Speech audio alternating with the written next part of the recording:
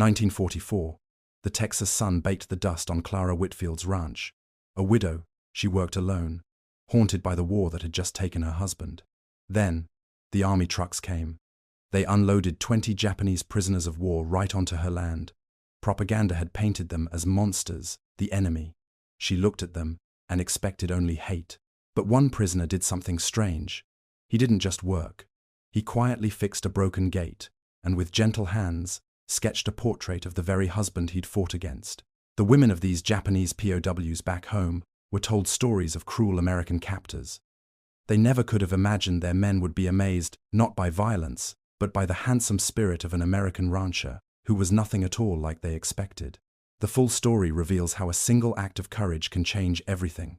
If you believe kindness is a story worth telling, make sure you're subscribed for more forgotten histories like this one, and tell me in the comments where you're watching from.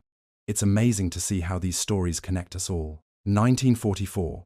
The Texas sun was a hammer, beating down on the cracked earth of the Whitfield Ranch. Every fence post shimmered in the heat.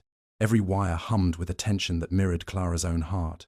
She stood alone, her husband's work gloves worn thin on her hands, mending a stretch of fence that sagged like a tired spine. The land was parched, half empty. So was her life since the telegram had arrived from the Pacific, folding her world into a single, neat, devastating square. She worked from before sunrise until the light failed, believing that sheer exhaustion was the only thing that could quiet the grief. The silence of the ranch was vast, broken only by the buzz of insects and the worried lowing of the few cattle she had left. Then, a new sound broke the stillness, a low rumble that grew into the groan of engines.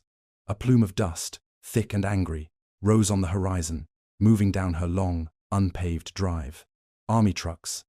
They ground to a halt near the barn, their metal sides ticking in the heat, and the tailgate of the first one dropped with a metallic clang. From the shadows within, men began to emerge, blinking in the brutal sunlight. They were small, wiry, dressed in faded uniforms marked with the letters PW, Japanese prisoners of war. 20 of them, their faces impassive, their eyes scanning the unfamiliar landscape of sagebrush and endless sky. Neighbors who had been watching from their own properties drew back behind curtains. This was the enemy, brought to their doorstep not in newsreels or on posters, but in the flesh. Her brother, his face red with a mixture of sun and fury, had confronted her the day before. He'd gripped her arm, his voice a harsh whisper. "Clara, have you lost your mind? You can't. Not after what they did to Bill. You're letting them near your daughter." She had pulled her arm away, the muscle memory of her own stubbornness, the only strength she had left. Necessity had a sharper edge than grief or prejudice. The ranch was dying. She needed the help, and the government's prisoner labor program was her last chance. She'd agreed, her voice flat, the single word, feeling like a betrayal on her tongue. Yes, she would take them. The bitterness of it settled in her gut, a cold stone in the Texas heat. Her daughter, Anna, did not see an enemy. At 12, her world was still painted in simpler colors. She saw men who were far from home, who looked tired and thirsty, while Clara stood rigid on the porch, watching them being assigned to the dilapidated bunkhouse. Anna slipped away. She moved with the quiet grace of a child who knew the secret paths of her own home, a single, flowery biscuit clutched in her hand. She found one of the prisoners, a man whose face seemed older than the rest, his gaze calm and steady. This was Daichi. Anna held out the biscuit. He looked down at the offering, then at the small, earnest face before him, and for a long moment, he did nothing. Then, slowly, he bent from the waist in a formal, respectful bow. The gesture was so unexpected, so serious, that Anna laughed, a bright, silvery sound in the tense air. Clara saw it from the porch, the easy offering, the bow, her daughter's laughter. A cold fear seized her, sharper than any anger. She was across the yard in seconds, pulling Anna back behind her, as if shielding her from a snake. "Go inside," she ordered, her voice tight. She didn't look at the prisoner, refused to meet his eyes. Later, in the kitchen, she knelt before her daughter, her hands gripping Anna's shoulders. "They are not guests," she said, the words coming out hard and separate. "They are not your friends. They are prisoners. Do you understand?" Anna's face crumpled, the joy from moments before replaced by a confusion that pricked at Clara's conscience. But that night, long after Anna was asleep, something drew Clara back outside. The air had cooled, and the sky was a deep, velvet black. studded with 1,000,000 stars. A sliver of moon cast a pale light over the yard. Her eyes were drawn to the barn. The heavy side door, the one with the broken hinge she'd meant to fix for months, now hung straight. She walked closer, her worn boots silent in the dust. The hinge was no longer askew. A small, carefully whittled piece of wood had been wedged into place, securing the pin. The door swung open and shut with a quiet, solid thud. It was a small thing, a nothing. A prisoner, seeing a problem, had simply fixed it, likely with nothing more than a pocket knife and a piece of scrap lumber. But it was a repair she had failed to make. An act of order in the quiet chaos of her life. She looked toward the bunkhouse, where only a single dim light burned, and felt the first crack in the wall of her certainty. In the days that followed, she began to watch them, not as a warden, but as an observer. They worked with a quiet, relentless discipline that both impressed and unnerved her. There was no wasted motion, no complaint. They moved with a shared, unspoken rhythm, mending the fences she had let fall, clearing the brush that choked the fields. Their leader, Daichi, orchestrated the work with quiet gestures and low words, his authority unquestioned. They treated the ranch's old tools with a reverence she hadn't seen in hired hands, paid a fair wage. There was a dignity in their labor that defied their circumstances, a self-respect that barbed wire could not contain. One afternoon, while mending a water trough near the corral, one of the younger prisoners began to hum. It was a simple, melancholic melody, soft and aimless, meant only for himself as he worked. Clara froze. A hammer held halfway to a nail. The sound washed over her, and with it came a dizzying, painful memory. Bill. Her husband, in his last letter from the Pacific, had tried to describe the strange beauty of the place, the sound of the wind, the songs the local children sang. He had written out the notes of one particular tune on the bottom of the page, a melody he'd heard 100 times. A melody, he said, reminded him of home, even though it was from a world away. It was the same song, the same 5 notes, rising and falling like a quiet breath. The hammer slipped from her numb fingers and fell to the dust with a dull thud. The man was humming her husband's song. The monster had a human voice. The enemy had a memory that somehow, impossibly, intertwined with her own. For the first time, Clara Whitfield felt not hatred, not even pity, but a sharp, piercing, and profoundly dangerous curiosity. The dust began to settle, not just on the land, but in Clara's heart. The men worked. The ranch, slowly, began to breathe again. A quiet routine formed, marked by the rising sun and the clang of the dinner bell. She rang for them from the porch. She still kept her distance, but her watchfulness was no longer born of suspicion. It was a kind of guarded respect. One evening, she left a pitcher of cold water and a stack of tin cups on a crate near the bunkhouse. No words were exchanged, but the next morning, the pitcher and cups were washed and neatly stacked back on her porch.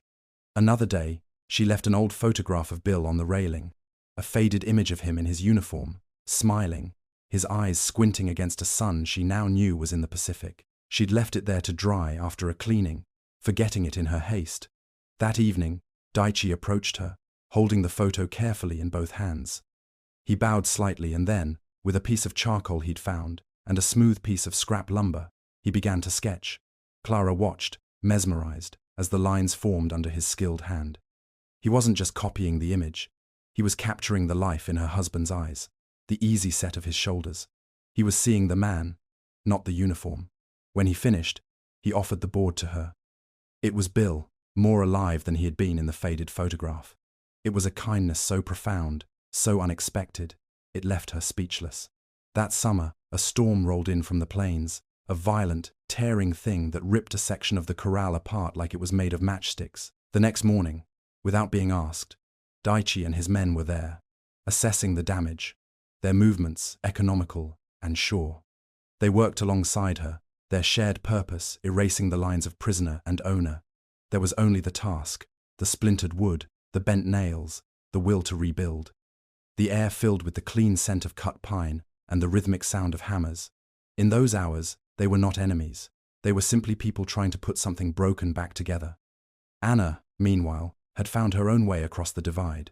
She sat with the men during their breaks, a small, bright figure against the brown landscape. Daichi taught her the art of origami, his calloused fingers folding scraps of newspaper into delicate, intricate birds. In return, Anna taught them a Texas word.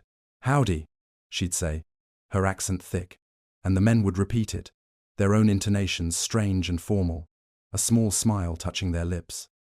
The paper cranes began to appear around the ranch, tucked into fence posts, left on the porch railing, small white flags of a tentative peace. The change did not go unnoticed. The town, which had once watched with cold suspicion, began to see the results. Clara's cattle were healthier, her fences were strong, her fields were clear. She was able to sell 2 steers at a good price. A few neighbors started to nod to her again in the street. The ice was thawing. One Sunday afternoon, Sergeant Collier, the weary NCO in charge of the guard detail, did something he wasn't supposed to. He brought a small radio from the barracks and set it on a crate in the yard, turning the dial until the air filled with the smooth, crooning voice of a big band singer. Blue Moon. The melody drifted on the warm air, a sound of the world beyond the barbed wire. A few of the Japanese prisoners began to hum along, their voices soft, the tune a universal language of longing.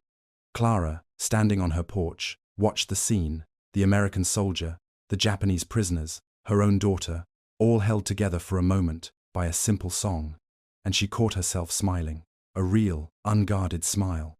It was too good to last. Peace is a fragile thing in a time of war. The whispers started in town, sour and persistent. That Whitfield widow was getting too friendly with the enemy. Forgetting what they did to her husband, forgetting who she was. The nods in the street stopped. The glances turned cold again. The war had found its way back to her ranch. The blow came one night. A sound woke her, the splintering of wood. She rushed outside to see taillights disappearing down her drive. And there, on the side of the barn, scrawled in hideous, dripping red paint, was a single word: traitor. It felt like a physical blow, stealing the air from her lungs. This was her home. This was Bill's home. The accusation felt worse than a threat. It was a desecration, staining not just the wood of her barn, but the memory of her sacrifice. The army acted swiftly. The vandalism was a security breach. Sergeant Collier arrived the next morning, his face grim, his orders clear. The work detail was being pulled, pending an official inquiry. The men were to pack their things immediately. Clara stood on the porch, a helpless spectator, as the life that had returned to her ranch was systematically dismantled. The prisoners filed out of the bunkhouse, their faces as impassive as the day they arrived. There was no time for goodbyes. The trucks rumbled up the drive, the same trucks that had brought them, now ready to take them away. Anna stood beside her, her small hand clutching a single, perfectly folded paper crane Daichi had given her just the day before. "One for peace," he had told her. "Someday. Now." She wept silently, the tears tracking paths through the dust on her cheeks. As the last truck pulled away, swallowing the men in its canvas-covered shadow, Clara felt the loss like a fresh grief, an emptiness that echoed the one Bill had left behind. The silence that descended was heavier than before, filled with everything that had been gained and then lost. Later that day, she found something left by the bunkhouse door, a small, weathered plank of wood. Carved into its surface, in neat, careful letters, was a message. It said, "To forgive is harder than to fight, but you did." 1945. The war ended. Bells rang in the town square. People danced in the streets, but on the Whitfield ranch, the silence remained. The fields were tidy, the fences mended, but the spirit that had briefly animated the place was gone. Clara moved through her days with the same stoic discipline as before, but something within her had been hollowed out. A few months after the victory celebrations, a letter arrived, a plain, official-looking envelope from the War Department. It was a follow-up to an inquiry she had sent, chasing a ghost. The words were spare, bureaucratic. Lieutenant Daichi Mori had died during repatriation. A fever, the letter said, one of thousands who never made it home. Clara read the letter once, her face betraying no emotion. Then she walked out to the small family plot at the edge of the property, where a simple wooden cross marked her husband's grave. With a small trowel, she dug a shallow hole beside it and quietly buried the plank of wood Daichi had left behind. She covered it with earth, packing the soil down with her hands. The two men, enemies in a war that had claimed them both, now rested side by side in the Texas soil. She never spoke of it again. The story of the Japanese prisoners became another one of the ghosts that haunted the ranch, a silent chapter she closed forever. Decades passed. The Texas sun continued its relentless cycle. The ranch survived, then thrived. Anna grew up, the memory of the men and their paper cranes fading into the soft focus of childhood. She left for college, built a life of her own, but always returned to the familiar quiet of the ranch. Clara grew old, her silence deepening with the years, her hands gnarled but her spirit as unyielding as the land she loved. After she was gone, it fell to Anna to sort through the artifacts of a long life. It was in the attic, in a dusty cedar chest, filled with moth-eaten linens and forgotten photographs, that she found it, a small, unopened letter. The envelope was brittle with age, the postmark faded, but still legible. Japan, 1946. The address was correct. It was addressed to her mother. The stamp was foreign, the handwriting elegant and unfamiliar. With trembling hands, Anna carefully slit the seal. The letter was from a woman named Emiko, Daichi's wife. Clara, in a moment of courage Anna had never known about, had written to the address Daichi had once mentioned, a simple act of telling his family that he had been treated with kindness, that he had been a man of honor. Emiko's reply, written a year later, had never arrived. It had been lost in the chaotic postal systems of a world rebuilding itself from rubble. The letter spoke of a quiet grief, a profound gratitude, and a shared humanity. Emiko thanked Clara for seeing her husband not as a number, but as a soul. She wrote that Daichi had sent her a single letter from the camp in Texas, describing the vast, empty sky and the kindness of a woman and her daughter who had shown him mercy when the world offered none. Anna sat in the dusty attic, tears streaming down her face, reading a conversation that had taken 40 years to be heard. The silence of her mother's past was suddenly filled with a voice. It took months, but through the patient work of the Red Cross, Anna found her. Emiko Takahashi, a widow who lived in a small, quiet house in a seaside town in Japan. Anna bought a plane ticket. She flew across the same ocean that had separated their families for a generation, carrying the lost letter with her. The meeting was quiet, full of the unspoken weight of history. Emiko was a small, graceful woman with kind eyes that held the same deep stillness Anna remembered in Daichi. They sat together, two women from different worlds, linked by a story of mercy that had refused to be forgotten. Emiko brought out a worn sketchbook. She opened it, and page after page was filled with charcoal drawings of the Whitfield Ranch, the sloping roof of the barn, the wide, empty fields, the precise detail of a broken hinge on a door. And there, on one page, was a sketch of a young girl with a bright, fearless laugh. It was her, Anna, age 12. These were the images Daichi had carried in his heart, the fragments of peace he had found in the midst of war. His wife explained that his time in Texas had not been a story of imprisonment for him. It had been a story of dignity restored. Clara's quiet kindness had given him a way to be a man again, not just a soldier, not just a prisoner. When Anna returned to Texas, she carried the sketchbook with her.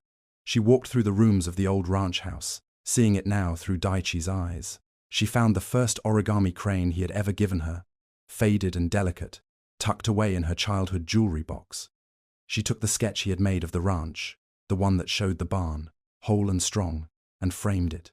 She hung it in the living room window, and beside it, she hung the small paper crane. The Texas wind, the same wind that had once carried the sounds of war and the whispers of fear, now drifted through the open window and fluttered the wings of the paper bird. The afternoon sun caught it, turning the fragile paper gold. The war had ended long ago, but sometimes peace takes much longer to find.